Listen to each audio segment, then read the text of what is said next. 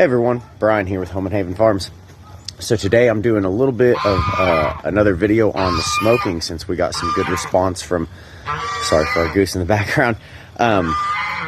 We got some good response on the other smoking video I did, and we had some questions. So today I'm smoking some bacon and some roast from that same pig that I had done the video on, the smoked ham.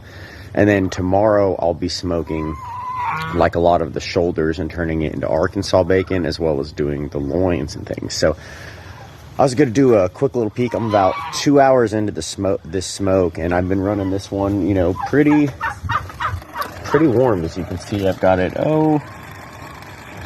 probably sitting about 240 on my upper gauge, and my lower one is at about 230. So I have a temp gauge on each side of the smokehouse as well, you know, and one on top and one on bottom, and then I can kind of get an average temperature.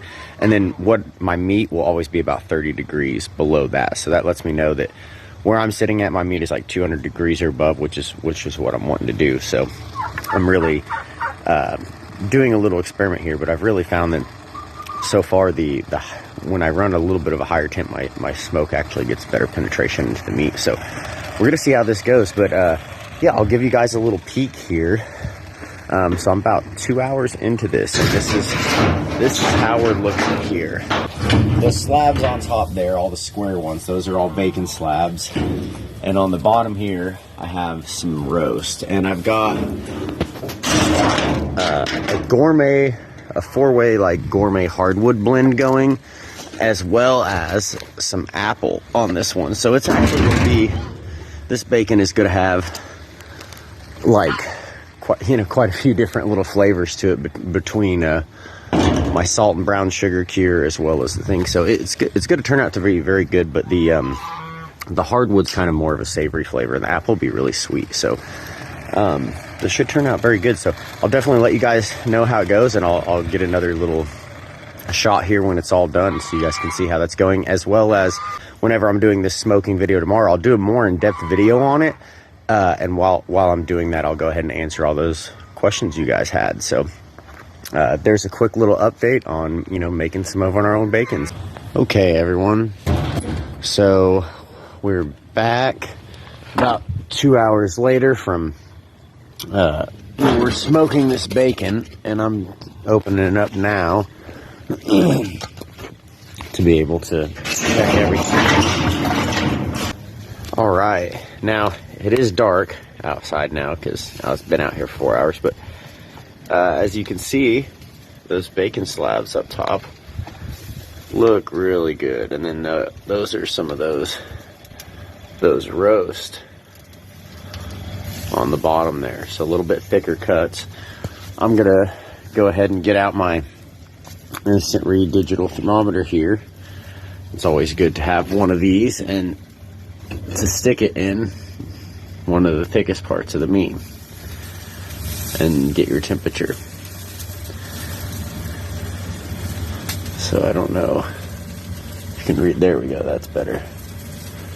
153, which is good because I've let my fire cool down. So I was running this very, very hot to where these pieces of meat got all the way up to about 210 degrees for quite a while.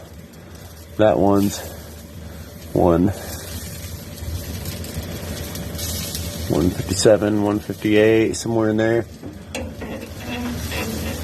We'll do some of our bacon slabs here. What we got here? Bacon slabs up top. Those are still sitting at 178. It looks like 179, somewhere in there. You know, it's just under 180. So that's really good. Now, as you can see from earlier, those have reduced down quite a bit, but that's what happens when you smoke it. So as you see, all that fat and everything just dripping off really adds to the flavor. Our smoke boxes are still going a little bit down there, but yeah, I'm gonna let this start kind of cooling off and airing out, let my fire die down here, and let's see what we got.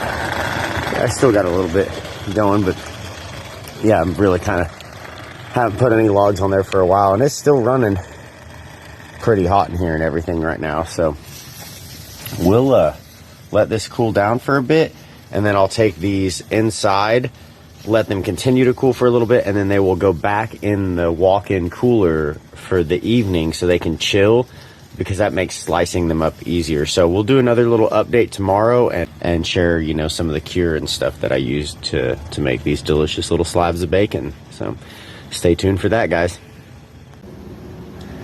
Okay, so I'm back inside, and I thought I'd take just another quick little video here and show you guys some of these fresh slabs as they're done.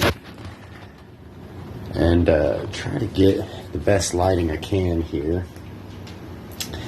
This stuff has just turned out really good. It's going to make some great, really good bacon. That's definitely exactly what you're wanting to see. It's going to be good. Cut up into really good slices here.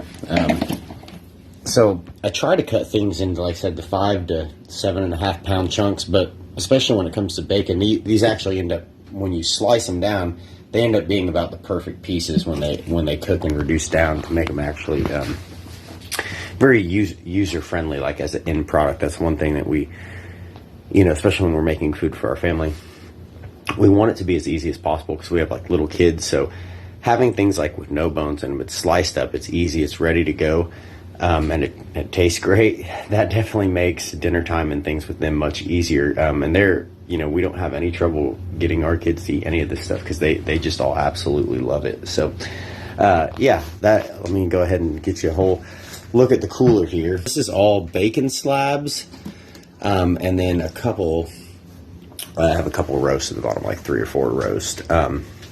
So those are going to go back into the walk-in cooler here after they've cooled off a little bit. I don't want to throw them in my walk-in cooler while they're hot and raise the temperature of the cooler and make it work harder. So I kind of let them cool off for a little bit down to room temperature, and then here in, you know, a little bit, I'll take them out to the cooler, put them in there for the night, and then the next day they're going to be getting cut up, and Brittany and Carl are going to be working on slicing and on packaging all that tomorrow while I'm working on smoking the Arkansas bacon and the loins. And then I'll be doing another video on the smoking them, kind of like going very in depth on like the whole process, like the recipe I use for the cure, how long to wait for everything, how we slice things up. And I'll also be answering any of the questions that were asking on our previous video that we did. So I'll be addressing all that stuff in that video tomorrow. So thanks for tuning in, guys, and I look forward to seeing you next time.